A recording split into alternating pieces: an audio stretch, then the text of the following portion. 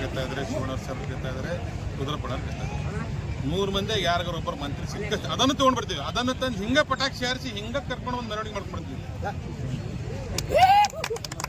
100 ಮಂದಿಯಾಗಿ ಇದೇ ಸರ್ಕಲ್ನಾಗ ಕರ್ಕೊಂಡು ಬಂದು ಅವ್ರು ಯಾವತ್ತು ಮಂತ್ರಿ ಆಗಿರ್ತಾರಲ್ಲ, ಏರ್ಪೋರ್ಟ್ನಿಂದ ಸೀದಾ ನಮ್ಮ ಫಸ್ಟ್ ಸಿಗದ ಫಸ್ಟ್ ಸಿಕ್ಕಾವಿಲ್ಲ ಹಿಂಗೆ ಇಲ್ಲಿ ನಿಲ್ಲಿಸಿ ನಿಮ್ಮನ್ನು ಕರೆದು ಸನ್ಮಾನ ಮಾಡಿ ಆದಷ್ಟು ಬೇಗ ಅದು ಮಂತ್ರಿ ತಂದ ತರ್ತೀವಿ. ಸರ್ ಡೇಟ್ ಹೇಳಂಗಿಲ್ಲ ಸರ್. ಈಗ ಹಾಗಾಗಿ ಶೂನ್ಯ ಬಜೆಟ್ ಅನ್ನೋದನ್ನ ಬಿಜೆಪಿ ನಾಯಕರು ಆರೋಪ ಮಾಡ್ತಾರೆ. ಇವರು ಯಾವಾಗಲೂ ಅದನ್ನು ಹೇಳ್ತಾರೆ.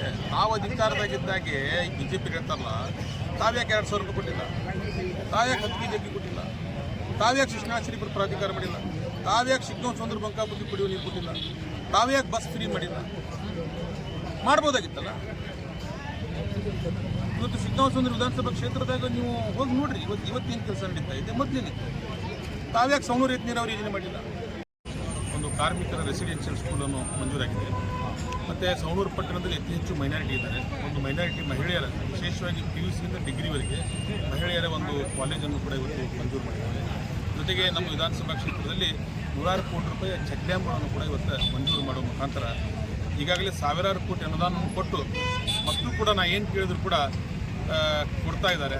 ನಿಜವಾಗಲೂ ನಮ್ಮ ಕ್ಷೇತ್ರದ ಜನರ ಆಶೀರ್ವಾದದಿಂದ ಶಾಸಕನಾಗಿ ಇಂಥ ಸಂದರ್ಭದಲ್ಲಿ ಇಂಥವೆಲ್ಲ ಯೋಜನೆ ಬರ್ತಾ ಇರೋದು ಇದು ನನ್ನ ಭಾಗ್ಯ ಅನ್ನೋಂಥ ಮಾತನ್ನು ಈ ಸಂದರ್ಭದಲ್ಲಿ ನಮ್ಮ ಕ್ಷೇತ್ರದ ಜನರ ಭಾಗ್ಯವನ್ನು ಕೂಡ ನನ್ನ ಮಾತನ್ನು ಈ ಸಂದರ್ಭದಲ್ಲಿ ಹೇಳಿದ್ದೇನೆ. ಈ ಕ್ಷೇತ್ರದವರೇ ಹೇಳ್ತಾ ಇದೆ, ಬೊಮ್ಮಾಯಿಯವರು ಕೂಡ ಹೇಳ್ತಾ ಇದ್ದಾರೆ, ನನ್ನ ಕಾಲದಲ್ಲಿ ಮಂಜೂರಾತಿ ಆಗಿರೋದನ್ನ ಇವಾಗ ಅವರು ಓಪನ್ ಮಾಡ್ತಾ ಇದ್ದಾರೆ, ಉದ್ಘಾಟನೆ ಮಾಡ್ತಿದ್ದಾರೆ, ಅದಕ್ಕೆ ಕಾಮಗಾರಿ ಚಾಲನೆ ಕೊಡ್ತಿದ್ದಾರೆ ಅನ್ನೋದು ಹೇಳ್ತಾರೆ. ನೋಡ್ರಿ, ಅವ್ರ ಮಗನ ಜೊತೆಗೆ ವಿಜಯ ಕರ್ನಾಟಕದ ಒಂದು ಸಂದರ್ಶನ ಇತ್ತು.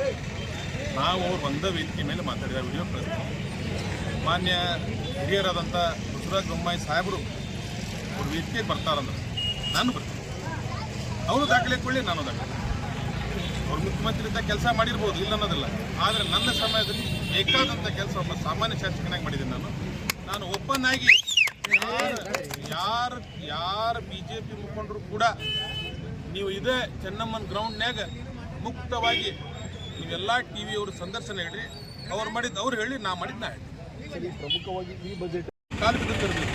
ನೀವೇ ದೊಡ್ಡ ಸ್ಥಾನದಲ್ಲಿದ್ದಪ್ಪ, ನೀವು ಸಹಿ ಮಾಡಿದ್ರೆ ಮುಗಿದು. ಅದಕ್ಕೆ ನಾ ಹೇಳ್ತೇನೆ, ಅದು ನನ್ನ ಭಾಗ್ಯ. ಸರಿ, ದಾರ್ಶನಿಕರ ಪ್ರಾಧಿಕಾರಗಳು ಸಾಕಷ್ಟು ಇವೆ, ಬಟ್ ಪ್ರಾಧಿಕಾರ ರಚನೆ ಮಾಡತಕ್ಕಂಥ ದುಡ್ಡಲ್ಲ, ಅದಕ್ಕೆ ಬೇಕಾಗಿರ್ತಕ್ಕಂಥ ಪೂರಕವಾಗಿ ಹಣವನ್ನು ಕೂಡ ರಿಲೀಸ್ ಮಾಡ್ತಾರೆ. ನೋಡ್ರಿ, ಕಾಗಿನಲ್ಲಿ ಪ್ರಾಧಿಕಾರ ಮಾಡಿದ್ದಾರೆ, 34 ಕೋಟಿ ಕೊಟ್ಟಿದ್ದಾರೆ. ಅದರಲ್ಲಿ 15 ಕೋಟಿ ರೂಪಾಯಿ ಗುಡ್ಡ ಚೆನ್ನಾಪುರ ಅಭಿವೃದ್ಧಿ ಮಾಡಿದ್ದಾರೆ. ಇದೇ ಶಿಶುನಾಳ ರೆಸಿಡೆನ್ಷಿಯಲ್ 31 ಕೋಟಿ ರೂಪಾಯಿ ರೆಸಿಡೆನ್ಷಿಯಲ್ ಶಿಶುನಾಳ ಶ್ರೀಪುರ ಕಾಲೇಜ್ ಅದೇ ಊರಾಗ ಪ್ರಾರಂಭ ಮಾಡ್ತಾರೆ.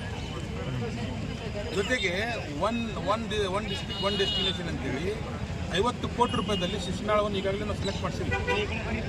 ಮುಂದೆ 50 ಕೋಟಿ ರೂಪಾಯಿದೊಂದು ಸರ್ವತೋಮುಖ ಅಭಿವೃದ್ಧಿ ಮಾಡ್ತೀವಿ. ಅಭಿವೃದ್ಧಿ ಮಾಡಿ ಆಮೇಲೆ ಹೇಳ್ತೀವಿ. ಒಟ್ಟಾರೆಯಾಗಿ ಹಾವೇರಿ ಜಿಲ್ಲೆಗೆ ಸೂಪರ್ ಸ್ಪೆಷಾಲಿಟಿ ಆಸ್ಪತ್ರೆ, ಸವಣೂರಿಗೆ ಒಂದು ಆಸ್ಪತ್ರೆ ಬೇಕು ಅನ್ನೋದು ಕೂಡ ಬೇಡಿಕೆ ಇದೆ. 33 ಕೋಟಿ ಸ್ಯಾಂಕ್ಷನ್ ಆಗಿದೆಯಲ್ಲ, ಎಲ್ಲಿದ್ದೀರಾ ನೀವು? KDV ಅದನ್ನು ಕಟ್ಟಕ್ಕೆ ಮಾಡಿರ. ಮಕ್ಕಳ 33 ಕೋಟಿಯಲ್ಲಿ ದವಾಖಾನೆ ವರ್ಕ್ ಸ್ಟಾರ್ಟ್ ಆಗಿದೆ. ಸರಿ, ಇವಾಗ ನೀವು ಕೇಳಿದ್ದನ್ನೆಲ್ಲ ಕೊಡ್ತಾ ಇದ್ದಾರೆ CM ಸಿದ್ದರಾಮಯ್ಯರು, DK ಶಿವಕುಮಾರ್ ಅವರು ಅಂತ ಹೇಳ್ತಾ ಇದ್ರಿ.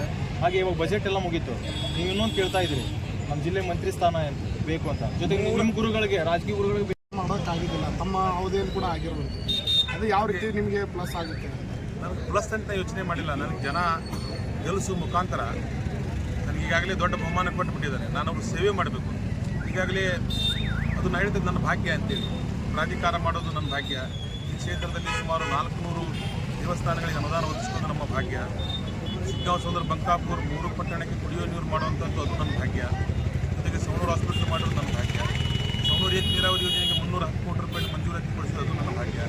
ಸಾವಿರಾರು ಕೋಟಿ ರೂಪಾಯಿ ಕೆಲಸ ಮಾಡ್ತಾ ಇದ್ದೀನಿ. ವಿಶೇಷವಾಗಿ ಬಡವರಿಗೆ ಪಟ್ಟ ಕೊಡಿಸೋದು ಅದು ನನ್ನ ಭಾಗ್ಯ ಅನ್ನೋಂಥ ಮಾತನ್ನು, ಯಾಕಂದರೆ ಅಂಥ ಅವಕಾಶ ನನಗೆ ಒದಗಿ ಬಂತು.